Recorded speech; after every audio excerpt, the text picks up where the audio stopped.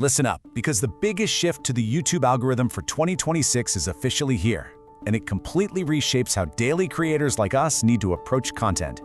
If you only take away one single thing from this explainer today, let it be this. Viewer satisfaction now absolutely, completely outweighs raw watch time. Have you ever noticed your high watch time videos just randomly flatlining out of nowhere? Well, this is exactly why. For years, the golden rule of YouTube was literally just watch time is king, right? Keep them on the platform as long as humanly possible. But looking at the landscape for 2026, that is just not the full story anymore. On top of that massive shift, the Shorts feed has been completely decoupled from long-form content. So today, we're going to sort through the noise, because almost everything you've been reading lately falls into two distinct piles: stuff YouTube actually confirmed, and stuff creator blogs literally just made up and dressed as fact. Okay, let's dive in and find the real actionable truth here. Here's a quick roadmap for this explainer. We're going to cover what is confirmed by YouTube, look at those contested claims, tackle some debunked myths, walk through some highly practical steps, and finish with our final verdict. To anchor everything we're about to discuss, we've put together a quick verdict board. The shift to satisfaction, that's fully confirmed. Exact numerical signal weights, heavily contested. And the idea of a rigged algorithm keeping you down, total myth. So, Section 1, confirmed by YouTube. Let's look at what the executives actually said on the record. The absolute most crucial point comes directly from Todd Beaupre, YouTube's Senior Director of Growth and Discovery. He stated plainly that the platform is now weighting watch time by how satisfied viewers actually are. They're measuring this through post-watch surveys, whether viewers return for more, and session continuation. You see, it's not just about what a viewer clicks anymore, it's about how they feel after the video ends. Translating this to our daily workflow, a 3-minute video that people finish and rate highly is now going to out-travel a 20-minute video that people abandon halfway through, every single time. YouTube's creator liaison Rene Ritchie mapped this out beautifully into 3 specific signal groups. First, you've got engagement. That's your classic click-through rate and watch time. Then, satisfaction, which covers those surveys, repeat views, and, that dreaded not interested button. And finally, relevance, which looks at your title, the transcript, and even the text right there on the screen in your first few seconds.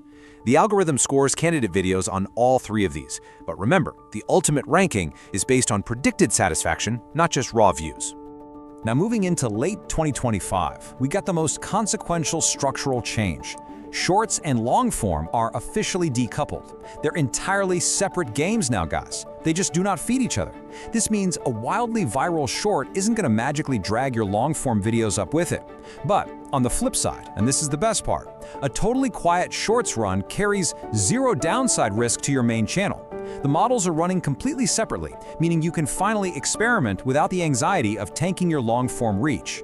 YouTube also quietly reweighted its engagement signals. Think about it. A like is just one tap. It's cheap, it's low effort, so it naturally carries a lot less ranking weight now. A comment, though, that takes real, actual effort. YouTube's system reads that extra friction as a powerful proxy for how invested a viewer genuinely is. Because of that, comments are officially counting for significantly more than likes. All right, part 2, the contested claims. These are the persistent rumors circulating online that are absolutely not confirmed by YouTube. Okay, the worst offender right now has to be that viral signal weights table. I'm sure you've seen the articles handing you these precise formulas claiming stuff like, oh, a survey is worth 95 points, or a share is worth 88. That is completely invented fiction. YouTube has never published numeric weights for its ranking signals. Why? Because the reality is those weights are personalized per viewer and they change constantly. What satisfies a viewer at 8 a.m. on a Tuesday is totally different from what they want at 10 p.m. on a Friday. Anyone selling you precise decimals is literally just guessing with confidence. Then we get the super catchy headline claiming that subscribers just don't matter anymore. Look, this is hyperbole stretched way past the breaking point. Yes, a high subscriber count no longer guarantees reach. Behavior controls the algorithm now. But to claim they don't matter at all, that's just false. Your subscribers still get the very first look at your uploads. They provide that absolutely crucial initial velocity. So the honest truth is that subscribers don't control your reach anymore, but they are certainly not dead. You'll also frequently see these rigid CTR or click-through rate benchmarks quoted as absolute gospel, like the idea that a good target is always, 5 to 8%. Listen, those numbers come from third-party tool vendors aggregating their own data, not from YouTube. The real story here is that CTR swings wildly depending on your specific niche, your traffic source, and how broad your audience happens to be at that exact moment. A hyper-niche video might easily pull 15%, while a massive broad appeal video might be a wild success at 4%. Treat any single benchmark number as a very loose guide, definitely not a grade. Part 3. Debunked algorithm myths. These are the bad habits we need to drop immediately.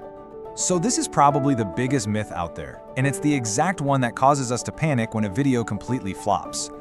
The question is the algorithm intentionally rigged to keep small channels down? The answer is a massive, resounding false. Actually, it's the exact opposite. Small channels are being tested faster and more aggressively than they ever have been. New uploads are tested in these expanding circles, and the name of the game in 2026 is speed. If your early viewer signals are strong, if people click and stay, the algorithm widens that test to adjacent audiences within just a day or two, and that happens completely regardless of your subscriber count. So honestly, breathe easy. The system desperately wants you to win, as long as the viewers are happy. And here's another deeply anxiety-inducing question. Do you actually have to post daily? Is there some optimal schedule the algorithm secretly rewards? False again. There is absolutely zero frequency penalty and no magic cadence. Let me just be super clear about this. One strong, amazing video a week will always beat 7 rushed ones. Consistency that you can actually sustain matters so much more than sheer volume. Burnout is real, and the algorithm does not punish you for taking a day off. And hey, while we're on the subject, longer videos don't automatically rank better either. The right length for the topic is what wins, because artificially padding a video, that just absolutely kills those satisfaction signals we were talking about. All right, section 4, the practical steps. Let's build out your 2026 playbook. Let's rapid fire through these practical takeaways. First, you've got to win those first 30 seconds with a clear promise. Early retention is simply your strongest predictor of satisfaction. Second, cut the filler entirely. Shorter, tightly edited videos are beating longer, abandoned ones. Make every second count. Third, remember those high-value comments? Ask one specific, on-topic question early on to earn them. Fourth, point viewers to a clear next watch to extend their session. Keep them inside your ecosystem. Fifth, as we discussed, treat shorts and long form as completely separate strategies. And finally, just sound like yourself. CEO Neal Mohan has been pushing hard against low-quality AI slop, meaning your original voice and analysis are a massive ranking edge. In fact, channels under 50,000 subscribers are even getting an original sound bonus early this year. Which brings us to section 5, the final verdict. It's time to stop chasing formulas. Stop chasing these invented formulas, the viral signal weights, the tidy decimals. It's just people guessing with confidence. What YouTube has actually confirmed is much simpler to say, but definitely harder to pull off. Make videos that people are genuinely glad they clicked on. Focus heavily on true viewer satisfaction, cut out all the noise, and really lean into your original voice. So I want to leave you with this provocative thought. If the algorithm literally disappeared tomorrow, would your audience still actively search for your newest upload? If you want to dive deeper into building that kind of bulletproof loyalty, you can read the complete breakdown for this explainer over at mikuio.com. Thanks for hanging out, and I'll catch you on the next one.